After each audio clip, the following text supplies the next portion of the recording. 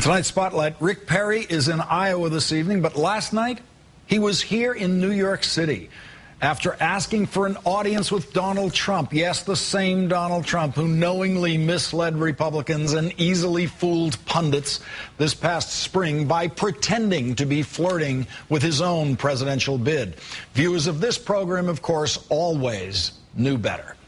The two met at Trump Tower, then dined not at a pizza chain in Times Square, as Trump and fellow television performer Sarah Palin did back in May, but at a pricey French restaurant that no mere governor could ever afford, which happens to sit inside the Trump International Hotel.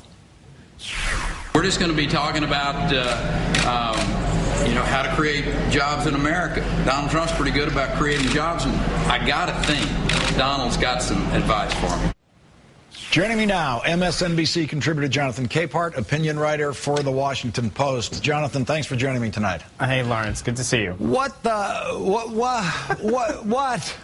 Please explain. What's he thinking? I mean, doesn't he know that the reality star on TV whose opinion matters with America is Simon Cowell? Why isn't he going to see Simon Cowell? Well, Simon Cowell has never run for president or even flirted with running for president or even pretended to flirt with running for president. Look, the reason why Republicans are going to, kiss the ring of Donald Trump is because when he was flirting with running for president, he blew out there and climbed to the top of the polls, knowing full well he was going to go and re-up his Celebrity Apprentice show, or his apprentice chain. What Perry does by going to New York and meeting with Donald Trump is, one, Donald Trump is going to get press coverage, media coverage. Two, Donald Trump lives in as you know, Lawrence, the #1 media market in the country. And three, it's a way of you just sort of you don't even have to say anything. You can just show up with Donald Trump. And as we saw, all those pictures of Governor Perry and Donald Trump, they're not talking about anything of substance. In fact, they're not talking. They're walking in and out of buildings. It's good for Perry, and it's good for Trump. Now, Jonathan, you had your own chat with Donald Trump yesterday. How did that go? It went fine. We started talking after he saw a piece that I wrote basically saying, will Governor Perry end up being the next Donald Trump? That is, someone who bursts onto the scene, rises to the top of the polls, and then implodes and gets out of the race. He didn't quite like the fact that I said he fell or he imploded.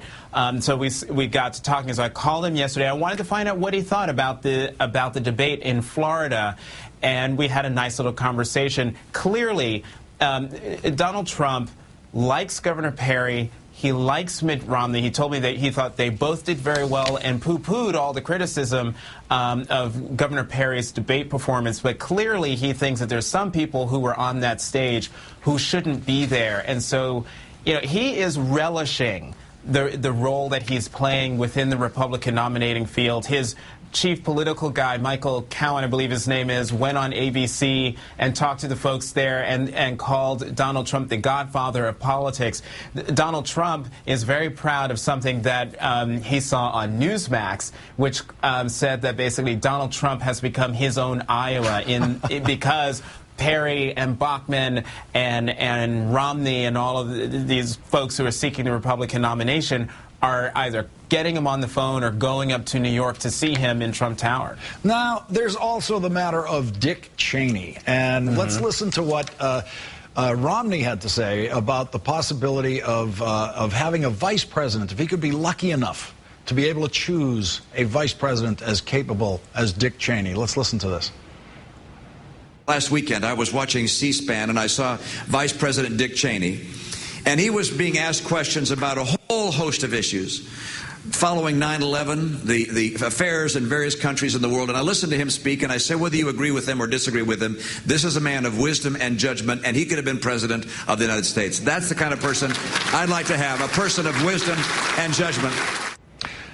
Jonathan, where is this going? Are we going to start hearing praise about Richard Nixon and Spiro Agnew, who actually got caught with bags of cash in the White House when he was vice president, the Republican vice president? What do you have to do to get ruled out of the game in Republican politics now? Well, clearly, to get ruled out, have moderate views. That's what you need to do to get ruled out of the Republican Party. We have to keep something in mind, and this is something I always have to remind myself.